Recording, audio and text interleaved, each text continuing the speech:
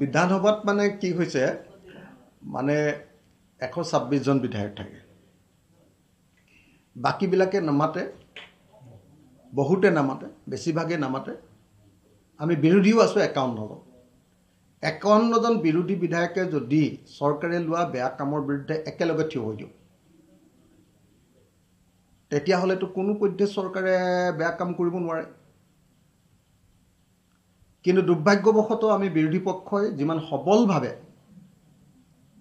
এই চৰকাৰখনৰ জনগণ বিৰোধী কামকাজৰ বিৰোধিতা কৰিব লাগিছিল হেতু আমি পৰা নাই হসাকে পৰা নাই গতিকে উপায় নাই কি কৰিব যেহেতু আমি ফ্লোৰ কোঅৰ্ডিনেশন কৰিব পৰা নাই আমি গুটেকিটা ৰাজনৈতিক দলে লগ লাগি গুটেই মানে আপোনাৰ বিধানসভাত একেলগতে ধৰিব পৰা নাই গতিকে মোৰ কোনো উপায় নাই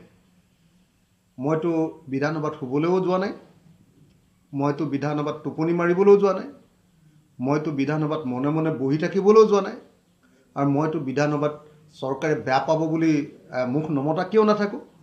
আৰু মইতো বিধানসভাত কোনে ভাল দেখে কোনে বেয়া দেখে হেতু মোৰ দৰকাৰ নাই বিধানসভাখন মোৰ কাৰণে এখন ৰণথলী মোৰ কাৰণে এখন যুদ্ধক্ষেত্ৰ বিধানসভাখন মোৰ কাৰণে বিজেপিৰ বেআইনী কামকাজ বিলাকৰ বিৰুদ্ধে অসমৰ মানুহৰ চকু মুকলি কৰি দিবৰ কাৰণে আটাইতকৈ উপযুক্ত মঞ্চ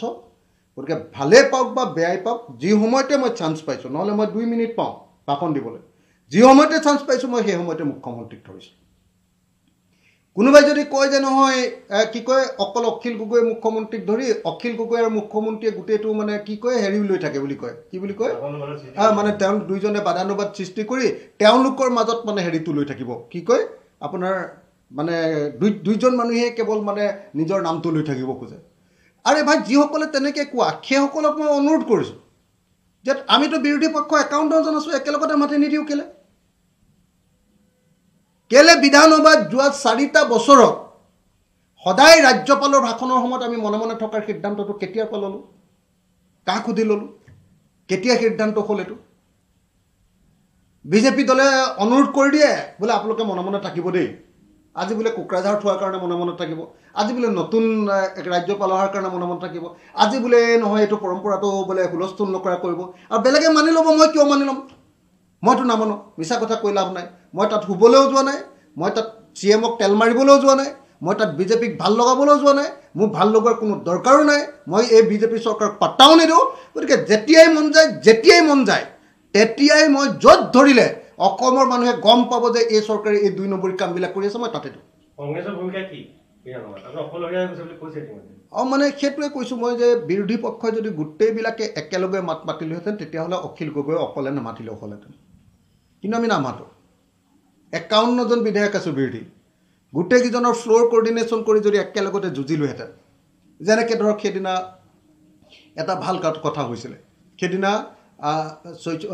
64 জন ইঞ্জিনিয়াৰিং কলেজৰ টিচাৰক খেদি দিলে সেইদিনা আমি একেলগতে যুঁজিলো তেনেকে যদি প্ৰত্যেক দিনাই প্ৰত্যেকখন যুঁজ যদি একেলগতে যুঁজিলোহেঁতেন তেতিয়াহ'লে অখিল গগৈয়ে নাম কিনি আছে বুলি কোনো ক'ব নোৱাৰে তেতিয়া বেলেগে নামাতিব আৰু ময়ো নামাতিম নেকি আপোনালোকে নিজে কওক কিয় নামাতে কংগ্ৰেছে মই সেইটো নাজানো আপোনালোকে সেইটো কংগ্ৰেছক প্ৰশ্ন কৰিব বেলেগ ৰাজনৈতিক দলক প্ৰশ্ন কৰিব মোৰ দায়িত্বটো মই পুৰা পালন কৰিছো যে মই য'ত ধৰিব লাগে ধৰিম ৰাজ্যপালৰ ভাষণটো হ'ল চৰকাৰখনৰ নীতিগত সিদ্ধান্তৰ প্ৰকাশ যদি তাতেই নধৰো তেতিয়াহ'লে বিজেপি চৰকাৰ ছাপোৰ্ট কৰা বুজাব ওৰে মই মাতিমেই ৰাজ্যপালে ভাল পায় বেয়া পায় সেইদিনা 1.5 ঘণ্টা ৰাজ্যপালৰ ভাষণ আছিলে মই ধৰাৰ কাৰণে 20 মিনিটত তেওঁ ভাষণ এৰি থৈ গৈছে মইতো ক'বলগীয়া কোনোবাই মোক বেয়া পালে ভাল পালে মই নাজানো মই য'ত ধৰিব লাগে ধৰিম মই কি বুলি ধৰিছো যে আপুনি যে এই যে BTDL আহিলে BTDL অহাৰ পাছতো আপুনি যে বহুতৰ নাম ক'লে কিন্তু এবাৰো উপেন্দ্ৰনাথ বৰ্মাৰ নামটো নহ'লে কেলে মই কি বুলি কৈছো যে আপুনি BTADত ইয়াত বিশেষ অধিৱেশন পাতিছে কিন্তু আপোনাৰ ৰাজ্যপালৰ ভাষণত BTR চুক্তিখনৰ কি কাৰ্যকৰীকৰণ কৰিলে আৰু কি কৰিব সেইটো কথা কিয় একবাৰো নকয় এটো ক'বলগীয়া বিষয় হয়নে নহয় কওক আপুনি হেতু কোৱাৰ কাৰণে যদি মোক কোনোবাই কয় যে অকল চুপতি কৰি থাকে ই মাজতে মাতে ই নিয়ম শৃংখলা নাজানে ই বিধানসভাৰ নিয়ম নাজানে সব আপোনালোকে ক'ব পাৰে মোক বিধানসভালৈ শিৱসাগৰৰ মানুহে যুঁজিবলৈ পঠিয়াইছে মোক বিধানসভালৈ বিৰোধী দলৰ সদস্য হিচাপে পঠিয়াইছে মোক মানুহে অসমীয়া মানুহে যুঁজাৰু মানুহ বুলিয়ে জানে গতিকে মই যুঁজিবলৈ তাত গৈছোঁ, মই তাত শুই থাকিবলৈও যোৱা নাই, কাকো তেল মাৰিবলৈও যোৱা নাই, তাৰ পৰা একো পাবলৈও যোৱা নাই, মুখ্যমন্ত্ৰীক মই মনে মনে থাকি গুড বুকত নামো সোমাবলৈ যোৱা নাই। কোনে বেয়া পায় কোনে ভাল পায় মই নাজানো, মই মাতিছোঁ, মাতিব লাগে মাতিছোঁ, কোনোবাই বেয়া পালে পাব পাৰে, কোনোবাই ভাল পালে পাব পাৰে, মোৰ দায়িত্ব পালন কৰিছোঁ। পঞ্চায়ত নিৰ্বাচনত কি হ'ব ৰাইজৰ দলৰ ভূমিকা? পঞ্চায়ত নিৰ্বাচনত অখিল গগৈয়ে ভয় খাইছে নেকি, সেইকাৰণে পাতিব নালাগে বুলি কৈছে? না, পঞ্চায়ত নিৰ্বাচনটোত এনেও মানে মই এটা কথা আপোনালোকক কওঁ যে ৰাইজৰ দলে বৰ বেছি ভূমিকা এনেও নলয়, বেছি ভূমিকা আমি নলওঁ। আমাৰ কাৰণে 2026 নিৰ্বাচনটো আটাইতকৈ ইম্পৰ্টেণ্ট আৰু ক্ৰুচিয়েল নিৰ্বাচন। পঞ্চায়তত আমি জিকাব পাৰোঁ বা নোৱাৰোঁ, তাৰ পৰা চৰকাৰ সলনি নহয়, কিন্তু 26ত আমি জিকাব পাৰিলে চৰকাৰ সলনি হ'ব। গতিকে 26ত জিকাব লাগিবই, আৰু তাৰ কাৰণে মৰণপণ দি লাগি আছোঁ, আৰু 26ত বিজেপিক হৰুৱাম। বিৰোধী ঐক্যমঞ্চ একেলগে চৰ্ত আছে কিছুমান সময় এতিয়া না, মোৰতো কোনো চৰ্ত নাই, কিন্তু বিৰোধী ঐক্যমঞ্চ সোনকালে একলগ হোৱা দৰকাৰ, ভালকৈ কথা পাতি লোৱা দৰকাৰ। মই সেইটোহে সদায় কৈ থাকোঁ, সেইটো চৰ্ত নহয়। মানে মই সদায় কৈ থাকোঁ যে আমি বিৰোধী মানুহনো কেইজন আছোঁ, যিমানকেইজন আছোঁ এবাৰ বহি লৈ মন খোলোচাকৈ, আৰু তালৈ টিভি চিভি মাতিব নালাগে। আৰু ইটোৱে সিটোক গালি পাৰোঁ, ভাল পাওঁ, চুমা খাওঁ, ভাল কওঁ, খানা খাওঁ নেখাওঁ, হয়নে নহয়? যিয়ে লাগো নালাগো ভিতৰতে হ'ব লাগে, আৰু তাত টিভি গেলক কেলৈ মাতি থাকিব লাগে? আপোনালোকক মতাৰ কোনো দৰকাৰ নাই। মই ভাবোঁ যে হেৰি আপোনাৰ তালৈ আমি আহিব লাগে, আৰু আমি দীঘলীয়াকৈ আলোচনা কৰিব লাগে, আৰু আলোচনা কৰি আমি তাতে মানে বিৰোধী ঐক্যমঞ্চই বিজেপিক হৰুৱাবৰ কাৰণে নীতি প্ৰস্তুত কৰিব লাগে, 1 নম্বৰ, ষ্ট্ৰেটেজি তৈয়াৰ কৰিব লাগে 2 নম্বৰ, 3 নম্বৰ ৰণকৌশল, দৈনন্দিন কি কাম কৰিলে অহা এবছৰত আমি বিজেপিৰ বিৰুদ্ধে মানুহক ঐক্যবদ্ধ কৰিব পাৰিম, তাৰ কাৰণে আগবাঢ়ি যাব লাগে। কিন্তু সেইটো নকৰি বেলেগ কথা কৈ থাকি লাভ নাই। প্ৰদ্যুৎ বৰদলৈ ওলাই আহিছিলে আপোনাৰ লগত কিবা তৰ্ক বিতৰ্ক? প্ৰদ্যুৎ বৰদলৈ ওলাই আহিছে বুজিছোঁ, কালি পৰহিটো আমাক অৰ্কিড পাৰ্কত প্ৰদ্যুৎ দা আৰু প্ৰদ্যুৎ দাৰ বৌ আহিছিলে। আপোনালোকক ভিডিঅ' লাগে যদি লৈ ল'ব। মানে এনেকুৱা নহয় যে মানে আপোনাৰ প্ৰদ্যুৎ বৰদলৈ ডাঙৰীয়া আৰু মোৰ মাজত কিবা ব্যক্তিগত কাজিয়া আছে। প্ৰদ্যুৎ দা সেইদিনা কেলৈ ফটককৈ গৰম উঠি গ'ল নাজানো।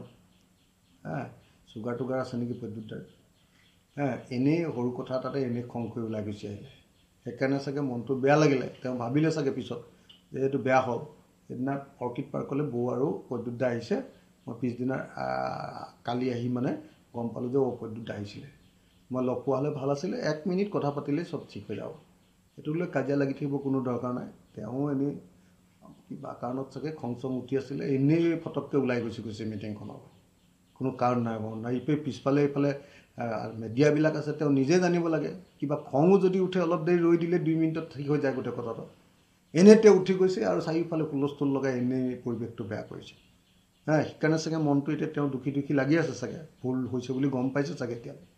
গতিকে সেইদিনা কালি নে পৰহি আমাৰ কাজিৰঙা অৰ্কিড পাৰ্কলৈ আহিছে, মোৰ বিষয়ে খুব ভালকৈ সুধিছে, আৰু কাজিৰঙা অৰ্কিড পাৰ্কৰ কৰ্মীবিলাকেও মেনেজাৰেও খুব ধুনীয়াকৈ তেওঁক সন্মান কৰিছে, গামোচা পিন্ধাইছে, বৌকো চিনাকি কৰি দিছে গোটেই বাহিৰৰ পৰা অহা মানুহবিলাকৰ লগত। একদম কাজিয়া পেচাল নাই, প্ৰদ্যুৎ দাৰ লগতো চব ঠিক আছোঁ। মই খালি এটাই অনুৰোধ কৰিম যে 3টা কথা, যদি সঁচাকৈ বিজেপিক হৰুৱাব লাগে, কেনেকৈ হৰুৱাম তাৰ কৰ্মসূচীটো এতিয়া তৈয়াৰ কৰিব লাগে। 2 নম্বৰ, বিজেপিৰ বিৰুদ্ধে যিটো ষ্ট্ৰেটেজি বুলি কয় ইংৰাজীত, ৰাজনৈতিক ভাষাত যিটো ষ্ট্ৰেটেজি বুলি কয়, ৰণনীতিটো ঠিক কৰিব লাগে। আৰু 3 নম্বৰ, ৰণকৌশল, টেকটিক্স বুলি কয়, দৈনন্দিন কি কাম কৰিলে বিজেপি সঁচাকৈ উন্মুক্ত হৈ যাব মানুহৰ সন্মুখত, বিজেপিৰ প্ৰতি মানুহৰ আচল যিটো 2 নম্বৰী বিজেপি সেইটোক দেখি যাব। আমি ঢিলাঢিলি কৰি থাকিলেতো বিজেপি ওপৰলৈ গৈ থাকিব। এতিয়া আপোনালোকে দেখিছে যে চৰকাৰী টকাৰে এটা পইচা খৰচ কৰি বিজেপিয়ে ইলেকশ্যন কেম্পেইন আৰম্ভ কৰি দিলে। তেওঁলোকৰ ইলেকশ্যন কেম্পেইনৰ মেইন বস্তু 2টা। এটা হ'ল চৰকাৰী টকাৰে তেওঁলোকে প্ৰধানমন্ত্ৰী, আপোনাৰ গৃহমন্ত্ৰী এইবিলাকক আনি গোটেই ইলেকশ্যন কেম্পেইনটো এইকেইদিন কৰি আছে। 2 নম্বৰ, চৰকাৰী টকাৰে তেওঁলোকে চৰকাৰী আঁচনি কিছুমান দি পইচা পকেটত ভৰাই দি মানুহক সেইবিলাকত ডাঙৰ ডাঙৰ ফাংচন পাতি চৰকাৰী টকাৰে, চব পইচাখিনিও চৰকাৰৰ, আকৌ মিটিংখনো চৰকাৰৰ টকা, তাত কিন্তু চব বিজেপিৰ বিষয়ে ক'ব। ইলেকশ্যন কেম্পেইনটো আৰম্ভ কৰি দিলে। সেই কাৰবাৰটোৰ বিৰুদ্ধে আমাৰ কি ষ্ট্ৰেটেজি হ'ব? সেই বস্তুবিলাকৰ বিষয়ে কথা পাতিব লাগিব ন, মুকলিমূৰীয়াকৈ। আৰু যদি কোনোবাই যদি ভাবিছে যে অকলশৰীয়াকৈ বিজেপিক হৰুৱাম, অখিল গগৈ যদি ভাবিছে ৰাইজৰ দলে তেতিয়াহ'লে অখিল গগৈ মূৰ্খ এটা কংগ্ৰেছে যদি ভাবিছে তেতিয়াহ'লে তেওঁলোকে আচলতে বিজেপিক হৰুৱাব খোজা নাই অন্য কোনোবা পাৰ্টিয়ে যদি ভাবিছে তেতিয়াহ'লে তেওঁলোকেও আচলতে বিজেপিক হৰুৱাব খোজা নাই বিজেপিক যদি হৰুৱাব লাগে তেতিয়াহ'লে মূল মন্ত্ৰটোৰ নাম হ'ল একতা আৰু একতাৰ কাৰণে এনেই মানে ভোজ ভাত খাই এই 10 মিনিটৰ কাৰণে কথা পাতিলোঁ আৰু কথা পাতি টিভিত আমি একলগ হ'লো দেই বুলি কৈ দিলে এইটো একতা নহয় একতাৰ কাৰণে আমাৰ কংক্ৰিট কথাবিলাক যে আমাৰ কি আঁচনিৰে আমি কি আমাৰ প্লেনেৰে সৈতে তেওঁলোকক হৰুৱাম আমাৰ আক্ৰমণৰ বৰ্ষামুখ কি হ'ব দৈনন্দিন আমি কি কাম কৰিম আৰু সেই একতাটোৰ কাৰণে কোনে কি ভূমিকা পালন কৰিব কোনে কেইখন আসনত খেলিব মোৰটো এটা নিৰ্দিষ্ট মোৰ এটা থিয়ৰী আছে এতিয়া মই নিজে বনাই আছোঁ থিয়ৰীটো যে বিজেপিক হৰুৱাবৰ কাৰণে আচলতে বিৰোধীবিলাকৰ এই যিটো একতা এইটো কেনেকুৱা হ'ব লাগে কথাবিলাক পাতিবলৈ সুযোগ পোৱা নাই ন সেই টিভিকেইটা বেছিকৈ হুলস্থুল কৰি থাকে পিছফালে ৰৈয়ে থাকে আৰু টিভিক ৰখাই লৈ কথা পাতিলে আপুনি কেইমিনিট কথা পাতিবলৈ পাব কথা পাতিবলৈ নাই কোনেও যদি কোনোবাই একলা চলৰ নীতি লয় তেতিয়াহ'লে বিজেপিক জিকোৱাৰ নীতি বুলি ক'ব লাগিব যদি বিজেপিক হৰুৱাব লাগে একলগ হ'ব লাগিব পৃথিৱীৰ সকলো ৰুলিং পাৰ্টিক হৰুৱাবৰ কাৰণে অপজিশ্যন একলগ হ'বই লাগিব আৰু য'তে অপজিশ্যন একলগ হৈছে তাতেই ৰুলিং পাৰ্টি হাৰিছে আৰু য'তে অপজিশ্যন ভাগ ভাগ হৈছে তাতে ৰুলিং পাৰ্টি আকৌ জিকে বিজেপিকো যদি জিকাবলৈ মন আছে একলা চলো আৰু বিজেপিক যদি হৰুৱাবলৈ মন আছে চব একলগ হ'ব লাগে আৰু একলগ হ'বৰ কাৰণে সঁচা সঁচিকৈ আমাৰ নিজৰ ভিতৰত যিবিলাক কাম কৰি ল'ব লাগে সেই কামবিলাক কৰি ল'ব লাগে ৰাইজৰ দলত বিভেদ সৃষ্টি হৈছে ৰাইজৰ দলত কেলৈ বিভেদ হ'ব নলবাৰীত কিবা হৈছে আপুনি হেৰিয়াৰ কথা কৈছে আমাৰ জ্ঞানেন চক্ৰৱৰ্তীৰ কথা কৈছে নাই জ্ঞানেন চক্ৰৱৰ্তীয়ে মানে তেওঁ আমাৰ দলৰ তেওঁ এটা পদত থকাৰ পাছতো মুখপাত্ৰৰ পদটোত থকাৰ পাছতো তেওঁ মানে সেইটো দলৰ মঞ্চত আলোচনা নকৰি সেইটো ডাইৰেক্টলি ফেচবুকত লিখি দিছে যদি কিবা ক'বলগীয়া থাকে দলৰ সভাপতিয়ে হওক বা অন্য বিষয়ববীয়া হওক প্ৰথমতে দলৰ মঞ্চত আলোচনা কৰিব লাগিব দললৈ চিঠি দিব লাগিব মিটিং মাতিব লাগিব তেওঁ নিজে ক'ব লাগিব যে দলৰ মিটিং এখন পাতক আমি এই বিষয় লৈ আলোচনা কৰিম নহ'লে বা সেই বিষয়ক লৈ ডাইৰেক্টলি সভাপতিলৈ বা আমাৰ এডমিনিষ্ট্ৰেশ্যন যিজন GS তেওঁলৈ চিঠি দিব লাগিব বা কাৰ্যকৰী সভাপতিকেইজনলৈ দিব লাগিব দিলে আমি সেই বিষয়টো নিজেই চৰ্চা কৰি সিদ্ধান্ত ল'ম কিন্তু সেইটো নকৰি যদি ডাইৰেক্ট বাহিৰত কথা কয় তেতিয়াহ'লে দলৰ শৃংখলাটোতো বহুত ডাঙৰ বস্তু ন মানুহে নিজে কেইটামান মানে জনপ্ৰিয়তাৰ কাৰণে মই হিৰো হ'ব লাগে বুলি কৈতো যি টি কথা কৈ থাকিলে নহ'ব ন কিন্তু দলৰ শৃংখলা আছে আৰু আমাৰ দলে দলৰ শৃংখলা মানিছে মই সঁচাকৈ কৈছোঁ আপোনালোকে যদিও এইবিলাক কথা কি আপোনাৰ আমাৰ চক্ৰৱৰ্তী দাৰ কথা যিকেইটা কথা ওলাইছে মইতো একবাৰৰ কাৰণেও দলৰ কাৰো লগত কথা পতা নাই দলৰ শৃংখলা কমিটি যিখন আছে আমাৰ শৃংখলা কমিটিয়ে নিজে সিদ্ধান্ত লৈছে নিজে কৰিছে যি ডিচিশ্যন লৈছে মোক একবাৰৰ কাৰণে কনচাল্ট কৰা নাই মুখ্যমন্ত্ৰীয়ে 10 লাখ গামোচা দিব বিহুত অমিত শ্বাহে আপোনাৰ গামোচা অপমান কৰা বুলি আপুনি এটা কথা কওকচোন যিজন বিজেপিৰ দ্বিতীয় সৰ্বোচ্চ নেতা অমিত শ্বাহে আমাৰ অসমীয়া গামোচাখন ডিঙিত ল'বলৈ লাজ কৰে অসমীয়া জাতিৰ গামোচাখন ল'লে তেওঁ খৰ হ'ব বুলি ভাবিছে অসমীয়া জাতিৰ গামোচাখন ল'লে তেওঁৰ স্কিনত কিবা ডিজিজ হ'ব বুলি ভাবিছে অসমীয়া জাতিৰ মৰম তেওঁ কান্ধত ল'ব খোজা নাই অসমীয়া জাতিৰ মৰমক অমিত শ্বাহে দলিয়াই দিছে এইটোৱে প্ৰমাণ কৰে যে বিজেপি দলৰ যিটো অসমীয়া প্ৰীতি বুলি তেওঁলোকে কৈ থাকে এইটো যে কৃত্ৰিম এইটো যে কোনো পধ্যে অসমীয়া প্ৰীতি নহয় অসমক ভাল পোৱাৰ কাৰণে নহয় এইটো এইবাৰ অমিত শ্বাহ ডাঙৰীয়াই আহোঁতে অসমৰ মুখ্যমন্ত্ৰী আৰু অন্যান্য বিজেপিৰ নেতাবিলাকে গামোচা পিন্ধাওঁতে গামোচাখন কান্ধত ল'বলৈ প্ৰস্তুত নোহোৱা কথাটোৱে মান্তি নোহোৱা কথাটোৱে বিজেপি দলৰ অসম প্ৰীতিৰ প্ৰকৃত নমুনা প্ৰমাণিত হ'ল যি লিডাৰে অসমীয়া গামোচাখন নিজৰ কান্ধত ল'বলৈ মন নকৰে সেই লিডাৰ আৰু সেই দল কেতিয়াও অসমীয়া ভালপোৱা দল আৰু লিডাৰ হ'বই নোৱাৰে গতিকে অমিত শ্বাহে যিটো কৰিলে এইটো অসমীয়া জাতিৰ প্ৰতি অপমান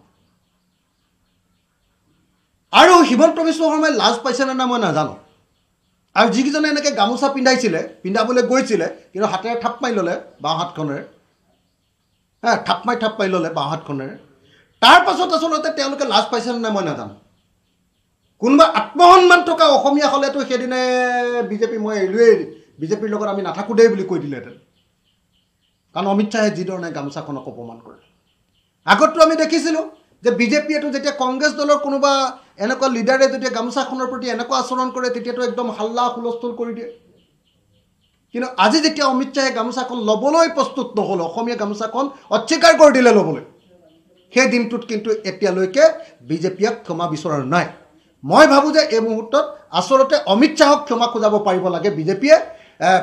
হিমন্ত বিশ্ব শৰ্মাৰ যদি দম আছে অসমীয়া জাতিৰ প্ৰতি ভালপোৱা যদি আছে তেওঁ বহুত ডাঙৰ ডাঙৰ ডাইলগ মাৰি থাকে তেতিয়াহ'লে অমিত শ্বাহে কৰা কামটোৰ কাৰণে তেওঁক ক্ষমা খুজিব লাগে আৰু অমিত শ্বাহকো ক্ষমা খুজাবলৈ বাধ্য কৰিব লাগে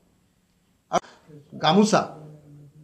10 লাখ গামোচা তেওঁ ঘৰৰ টকাৰে নহয় আমাৰ চৰকাৰৰ টকাৰে আমাৰ ৰাজ্যৰ টকাৰে 10 লাখ গামোচা বিলাম বুলি যে কৈছে এইটো আচলতে অসমৰ মানুহৰ শ্ৰমৰ ধন অসমৰ ৰাজহৰ ধন অসমৰ মানুহৰ পৰা তোলা টেক্সৰ ধনৰ অপব্যয় কৰাৰ বাহিৰে আন একো নহয় যদি 10 লাখ টকা গামোচা পিন্ধাবলৈ মন আছে 10 লাখখন গামোচা পিন্ধাবলৈ মন আছে তেতিয়াহ'লে হিমন্ত বিশ্ব শৰ্মাক মই তেওঁৰ নিজৰ টকাৰে পিন্ধাবলৈ অনুৰোধ কৰিছোঁ তেওঁ নিজৰ ইনকামেৰে পিন্ধাওক